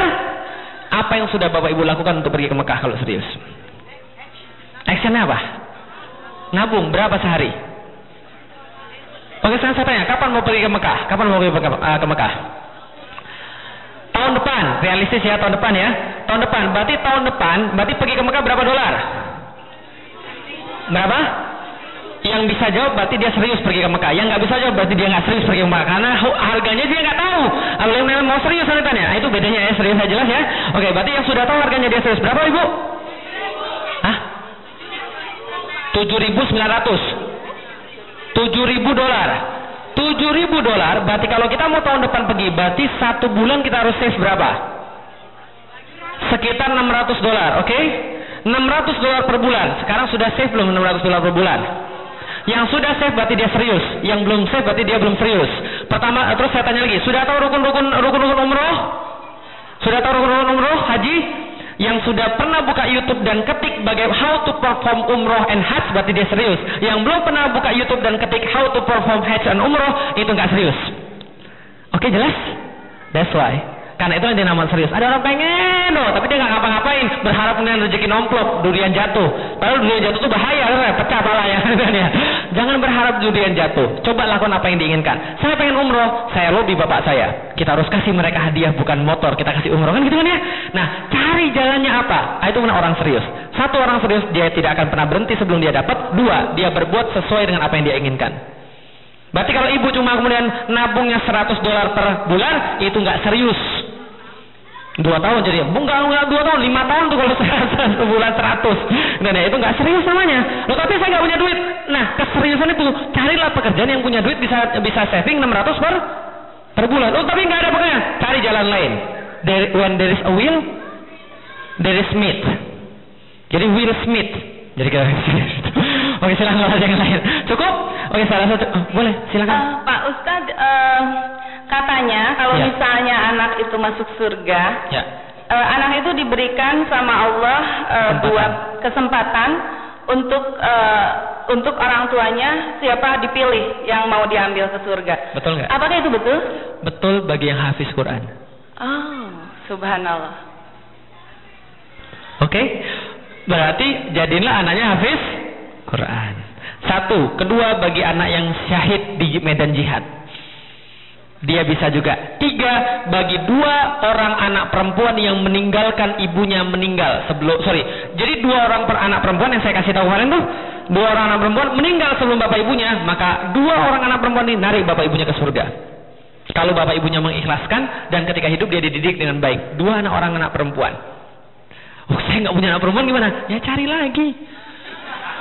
Waduh, Ustaz, saya tuh nggak bisa lagi kemudian melahirkan. Hati-hati nanti suaminya jadi cari supplier lain kan itu kan. Nggak. Ya udah, kalau belum punya anak perempuan nggak apa-apa kan, masih ada hafiz tadi dan bisa jihad kan itu kan ya. Nah, berarti itulah kemudian anaknya menarik orang tuanya ke surga.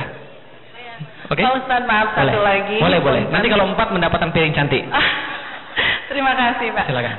Ini Pak, Allah itu menyukai perempuan yang anaknya banyak. Ya, betul. Kok tahu? Karena saya anaknya banyak. Oh, alhamdulillah gitu. Alhamdulillah tidak saya. Memang itu sangat sulit, tapi insya Allah istiqomah. Kok bisa ya Pak Ustaz seperti itu? Apa alasannya? Kenapa Allah menyukai perempuan yang anaknya banyak? Thank you very much. Kalau gitu orang nggak punya anak nggak disukai Allah dong? Bukan begitu juga. Kan sudah saya jelasin kemarin kan ya. Oke, kalau gitu apa kemudian dibalik hikmah anak banyak? Rasul berkata, di hari akhir nanti aku akan membanggakan umatku yang jumlahnya banyak. Kenapa? 1, namanya peradaban disokong dengan demografi yang banyak. Dalam satu penelitian, sebuah populasi, sebuah kemudian peradaban itu bisa lanjut kalau anak di setiap keluarga lebih daripada 1,63. Tahu maksudnya? Anaknya lebih daripada 1, itu baru peradabannya jalan. Kalau peradaban anak kurang daripada 2, peradaban nggak jalan. Coba bayangin Bapak sekalian. Nih, 2 orang laki bini, 2 orang laki bini, masing-masing punya anak 1. Gitu kan ya? Coba bayangin ya, 2 orang laki bini, 2 orang laki bini. Masing-masing punya anak 1. Berarti sekarang berapa orang nih ada? 1, 2, 3, 4, 5, 6 sama anaknya ya. Taruhlah anaknya nikah lagi. Anaknya berapa? 1 lagi. Berarti berapa orang? Generasi ini punya 4 orang, generasi ini punya 2 orang, generasi ini punya 1 orang. Dia mau nikah sama siapa? Lama-lama peradabannya dikis. Hancur. That's what happened with England. That's what happened with Australia. That's what happened with Japan. Peradaban mereka hancur dengan sendirinya karena tidak ada orang yang mau kemudian menanggung peradaban itu. Lebih parah lagi di Amerika. Mending kalau kemudian ini ada laki bini punya anak 1 nikah. Mending ini satunya nggak mau nikah karena pelihara anjing, satunya homo. Apa maksudnya? Lebih parah lagi. Dan itu yang terjadi di Jepang. Jepang tuh Amerika main itu. Jadi handphonenya Apple, bahkan di Jepang yang mainnya baseball. Itu Amerika main di contohnya kan ya. Mereka pelihara anjing juga dan mereka nggak mau nikah karena pelihara anjing. Kenapa? Karena dog is human best friend. Gitu kan ya. Kita nggak perlu anak, kita perlu anjing doang. Nah itu menjadi masalah besar itu. Ada yang kumpul kebo tapi nggak mau punya anak. Gitu kan ya. Nah ini menjadi masalah besar juga. Nah karena itulah pengen supaya anak banyak. Itu satu. Yang kedua, Bapak Ibu sekalian, jumlah yang banyak menjamin untuk bisa mengeksploitasi sumber daya alam dengan baik. Itu yang kedua. Yang ketiga Ibu sekalian, anak yang banyak insya Allah adalah kemudian cara untuk menyebarkan Islam dengan yang lebih banyak lagi. Langsung amin. Amin. Anaknya berapa Bu? Alhamdulillah 4. 4. Luar biasa. Itu bagus itu. Itu udah jangan takut. Pengen 7. Wah bagus. Istri saya pas nikah dengan saya dia bilang, Bi kita harus punya anak 11. Nah, kenapa? Istri saya tunggal. Istri saya anak tunggal. Jadi dia akan punya anak 11. Tapi setelah menikah sama saya 3, stop dulu jalan lagi. Saya bilang, tapi saya maunya anaknya 5. Kan bapak saya anaknya 5. Masa saya kalau sama bapak saya bilang, saya nggak mau, saya mau anaknya 5. Stop dulu, ini sudah yang terakhir aja 4. Ya sudah kalau itu saya cari supplier yang lain. Enggak itu guyonan doang itu kan ya. Enggak, ya berarti ada apa? Itu kemudian fungsinya anak banyak. Jadi jangan takut. Gimana cara kasih makan mereka? Allah sudah kasih tahu di dalam Al-Qur'an. Nahnu narzuquhum wa iyyakum. Kami yang kasih makan mereka dan kami yang kasih makan Anda. Jadi jangan sangka Anda yang kasih makan mereka. Itu kata Allah. Ya, jadi jangan sangka Anda yang kasih makan mereka, kami yang kasih makan mereka. Tapi tentu Bapak Ibunya juga nggak boleh, kalau itu saya nggak usah kerja, kan Allah yang kasih makan. Bukan begitu juga. Artinya selama Anda kerja, selama Anda berusaha, Allah pasti kasih rezeki. Insya Allah. Zaman dulu orang belum PhD, zaman dulu orang belum S2, tapi tentu mereka anaknya banyak. Anak Bapak kita berapa? 7, 8, 9, kan ya. Padahal mereka nggak sekolah. Oh, zaman sekarang zaman yang lain. Itulah alasannya. Pernah nonton Idiocracy? Film Idiocracy pernah nonton? Jadi lucu. Jadi mereka bilang gini. Ini masuk akal juga. Jadi mereka bilang gini. Orang semakin pintar, semakin nggak mau punya anak. Betul begitu? Semakin banyak mikir, nggak mau punya anak. Jadi orang yang punya anak yang mana? Yang bodoh-bodoh. Jadi kemudian turunan mereka IQ-nya jongkok semua. Karena yang pintar-pintar nggak mau punya anak lagi. Lama-lama yang bodoh-bodoh ini nikah lagi. Anaknya lebih bodoh lagi. Lama-lama makin bodoh juga. Dan ini terjadi pada saat ini nih. Karena orang-orang pintar banyak mikir. Mana nggak jadi. Paham gak saya? Oke, jadi jangan banyak mikir dalam berbuat kebaikan, termasuk punya anak. Kalau kita sudah merasa, ya sudah kita tingkatkan ilmu dan amal kita, insya Allah kita berhak untuk punya anak yang baik. Oke, terima kasih. Billahi taufiq wal hidayah. Assalamualaikum warahmatullahi wabarakatuh.